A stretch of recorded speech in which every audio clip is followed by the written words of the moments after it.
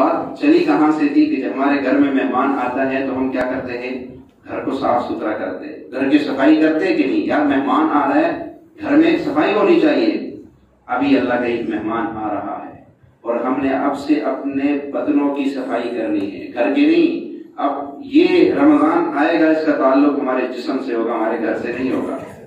سمجھ آئی کہ نہیں؟ تو ہم نے اپنے بدن کی صفائی کرنی ہے، اور صفائی کرنے کے لیے پہلے سے اللہ نے آلہ بھیجا ہوا ہے جس سے بدن کی صفائی ہوتی، وہ ہے استغفار۔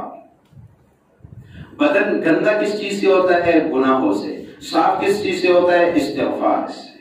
استغفار سے اللہ کہتے ہیں میرے لیے کسی بندے کے گناہوں کو معاف کرنا کوئی مشکل نہیں۔ یعنی ایک حدیث ہے کہ رسول اللہ صلی اللہ علیہ وسلم نے فرمایا کہ کسی بندے کے گناہ کو معاف کر دینا اللہ کے لیے کوئی بڑا کام نہیں ہے۔ کسی کے گناہ کو معاف کر دینا اللہ کے لیے کوئی بڑا کام نہیں ہے۔ فرمایا کہ پچھلی امتوں میں ایک شخص تھا، اس نے 99 قتل کیے، 99 بندوں کو، بنی اسرائیل، اس نے 99 لوگوں کو قتل کیا۔ پھر اس کو خیال آیا یار میں تو بڑے گناہ کیے ہیں، پتہ نہیں میری بخشش ہوگی کہ نہیں۔ تو وہ چلا گیا ایک عابد کے پاس، جا کے اس سے کہا میں نے ایسے ایسے قتل کی، اس نے کہا کوئی معافی نہیں، اتنے قتل کیے کوئی معافی نہیں ہے۔ اس نے کہا جب معافی نہیں ہے تو تجھے بھی داخل کرو۔ اس نے اس کو بھی قتل کر دیا، 100 پورے کر دیا۔ اب عابد تھا، عالم نہیں تھا، عالم ہوتا تو اس کو سمجھاتا، اس کو کوئی راستہ دکھاتا۔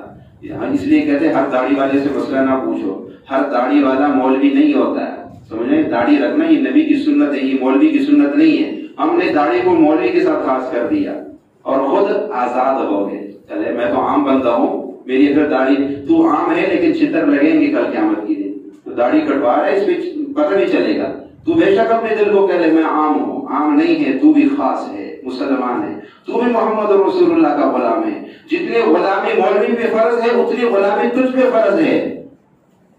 جس جنت میں مولوی نے جانا اسی جنت کا تو بھی طلبگار ہے، تو پھر کیوں دین کو تقسیم کر رہا ہے؟ داڑھی مولوی کے ساتھ خاص کر دی، ٹوپی مولوی کے ساتھ خاص کر دی، پگڑی مولوی کے ساتھ خاص کر دی، اور کھلا لباس مولوی کے ساتھ خاص کر دیا، اپنے آپ کو آزاد کر دیا، اور پھر اسی جنت کا طلبگار بھی بن کے بیٹھا ہوا ہے جس میں مولوی نہیں جانا ہے۔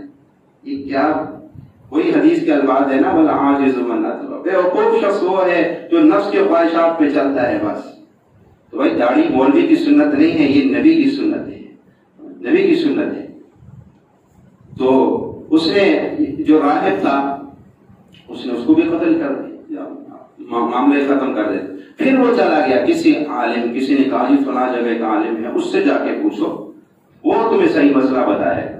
تو اس نے جا کے عالم سے پوچھا کہ ایسے ایسے میں نے قتل کیے ہیں، میرے لیے کوئی راہ نجات ہے، کوئی توبہ کا راستہ، کوئی دروازہ کھلا ہوا ہے؟ اس نے کہا قتل تو نے بہت زیادہ کیے ہیں، تو حد سے بڑھ گیا، لیکن پھر میں تجھے ایک ترکیب بتاتا ہوں، تو یہاں سے چل، آگے 2 بستی آئے گی، ایک کا نام بصرہ ہے، ایک کا نام کفرہ ہے۔ جو بصرہ والے ہیں وہ اچھے نیک اعمال کرتے ہیں، جو کفرہ والے ہیں وہ برے اعمال کرتے ہیں۔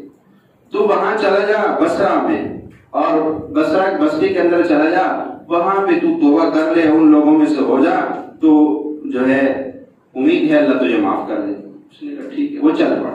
ابھی وہ توبے کے نیت سے جا رہا ہے، ابھی توبہ کی نہیں ہے، اسی نیت سے جا رہا ہے، چلتے چلتے راستے میں اس کو موت آ گئی، مر گیا۔ اب فرشتے دونوں طرف سے، رحمت والے بھی آگے، عذاب والے بھی آگے۔ اب وہ کہے، عذاب والے کہے یہ تو گناہگار ہے، ہم نے اس کو لے کے جانا ہے۔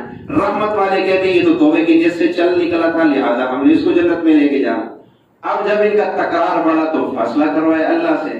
اللہ نے کہا زمین معاف ہو، اگر بصرہ کے قریب ہے تو اس کو اچھے لوگوں میں کر دو، اگر کفر کے قریب ہے تو اس کو برے لوگوں میں کر دو۔ جب زمین ناپی گئی تو غالباً ایک بالشت یا کچھ انگلیاں وہ بصرہ کے قریب تھا اور کفر سے دور تھا۔ اللہ نے کہا اس کو جنت والوں میں شامل کر۔ اللہ، ایک بالشت، اللہ کیا اس رب کی مہربانی ہے۔